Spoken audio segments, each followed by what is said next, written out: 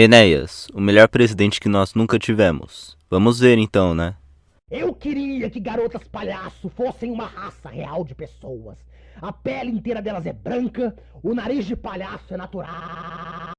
Olá pessoal, bem-vindo ao Vídeo Mapas. No vídeo de hoje eu vou supor o que aconteceria se o Enéas Carneiro tivesse sido eleito como presidente do Brasil em 1994. Primeiramente, quem foi Enéas? Pra quem não sabe, ele foi um cara muito inteligente com ideias diferentes que concorreu nas eleições presidenciais de 1988, 1994 e 1998. As ideias dele eram basicamente o nacionalismo. Ele criticava o sistema financeiro internacional, privatizações e os Estados Unidos. Ele queria suspender o pagamento da dívida, alcançar a autossuficiência, intervir na economia para acabar com o oligopólio e unir o povo brasileiro para criar um grande, forte e unido país, que livre das amarras das potências estrangeiras se tornaria uma grande potência.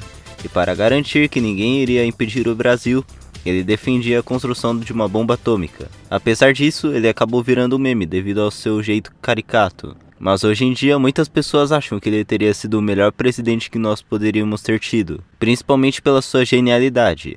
Tendo explicado isso, vamos à linha do tempo. Como ele seria eleito? É importante entender o cenário político em 94. De um lado tínhamos Luiz Inácio Lula da Silva, líder do movimento sindicalista e blá blá blá. E do outro lado temos Fernando Henrique Cardoso, que colheu os louros do milagroso Plano Real feito por ele como ministro da Fazenda no mesmo ano, no governo de Itamar Franco. Ele ganhou na nossa realidade, e Enéas ficou com apenas 7,38% dos votos. Para fazer com que Enéas vença, vamos tirar Fernando Henrique da disputa, já que ele não era a primeira opção de Itamar Franco. Então digamos que ele tenha apoiado outro dos seus ministros para a eleição. Esse ministro não teria tanta popularidade e relevância quanto o FHC, então, de alguma forma, o primeiro turno das eleições de 1994 seria Lula em primeiro, com cerca de 30% dos votos, Enéas em segundo, com cerca de 20%, e o indicado de Itamar, com cerca de 15%, e o resto dos votos distribuídos entre os outros políticos menores. Com no segundo turno, a população, com medo das ideias radicais do PT daquela época, elegendo Enéas. Agora, o país está em suas mãos. Logo depois de assumir a presidência da República, Enéas rompe com o sistema financeiro internacional, ou seja, suspende o pagamento da dívida externa, impondo barreiras praticamente intransponíveis para a importação e exportação para impedir que as riquezas do Brasil fossem entregues e a economia dominada por países desenvolvidos. O objetivo dele era fazer com que o país se desenvolvesse com os seus próprios recursos, investindo o dinheiro poupado sem o pagamento da dívida e sem as importações, em serviços públicos, infraestrutura, etc. Isso deixa países como Estados Unidos, Alemanha e França, os principais credores do Brasil, extremamente bravos. E o efeito disso, querendo ou não, seria a implosão do Plano Real e o retrocesso da economia à época do Collor. Mas espera aí, cara, não sai do vídeo, deixa eu te explicar porque isso seria uma péssima ideia. Desculpa aí aos coleguinhas nacionalistas, mas se o protecionismo e o intervencionismo funcionassem no mundo real, a economia do Brasil seria a maior do mundo, pelo tanto que a gente já tentou fazer esse tipo de coisa, já que a economia não é um jogo de soma zero. O comércio internacional é uma das, se não a coisa mais importante em uma economia moderna. Um dos pilares do Plano Real era a abertura da economia brasileira para conseguir dólares exportando produtos, para manter a equivalência do real com o dólar e equilibrar a oferta e a demanda por meio da importação, evitando o aumento de preços. Tudo isso seria jogado por água abaixo a partir do momento que o novo presidente suspendesse o pagamento da dívida externa. Os dólares acabariam rapidamente. O Brasil não pode importar quase nada a partir de agora, e está praticamente isolado economicamente. A inflação volta com força, já que a indústria nacional não consegue suprir a demanda da população, e o real não vale praticamente mais nada internacionalmente. O investimento estrangeiro é completamente retirado, ou seja, a economia brasileira se torna tão fechada quanto na época dos militares. Ah, mas isso não é um problema, temos muitos recursos naturais e mão de obra. Bem, com o fim da demanda internacional, o preço dos grãos, carnes e outros produtos diminuiria no primeiro momento, mas isso faria com que essas atividades econômicas fossem menos rentáveis, fazendo com que a produção diminuísse para acompanhar a queda da demanda, piorando a vida da população e dos fazendeiros. Uma das etapas do plano de Enéas era a construção de uma bomba atômica para impor respeito e impedir intervenções externas e retaliações ao sistema protecionista. Eu não preciso nem dizer que esse projeto seria um buraco negro de dinheiro, e ele provavelmente nunca ficaria pronto devido ao custo enorme e à pressão internacional, com os países parando de vender qualquer equipamento que pudesse ser usado para o enriquecimento de urânio.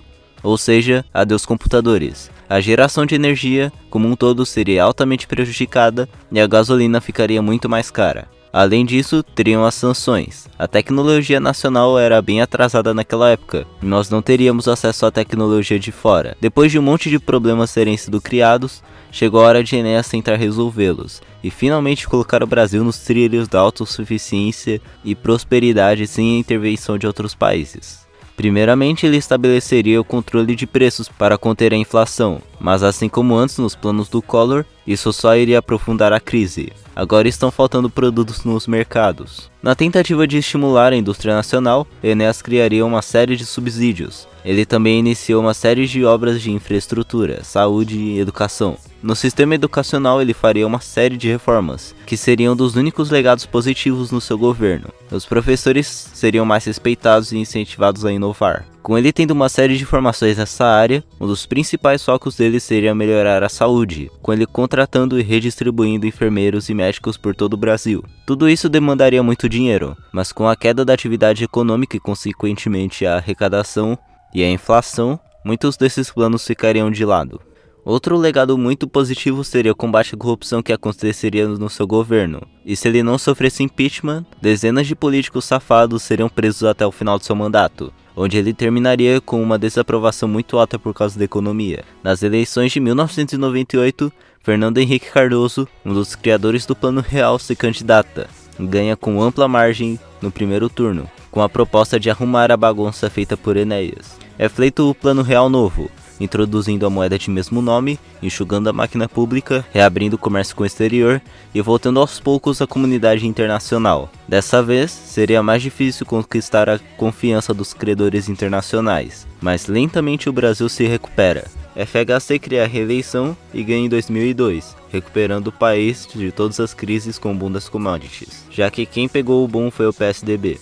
O PT nunca fica tão popular, e a população ainda teria medo do comunismo, evitando várias catástrofes.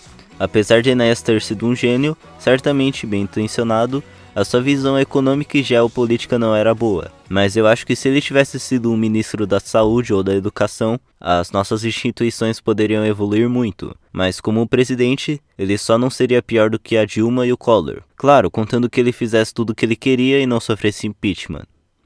Esse foi o vídeo e até um outro dia. Até um outro dia.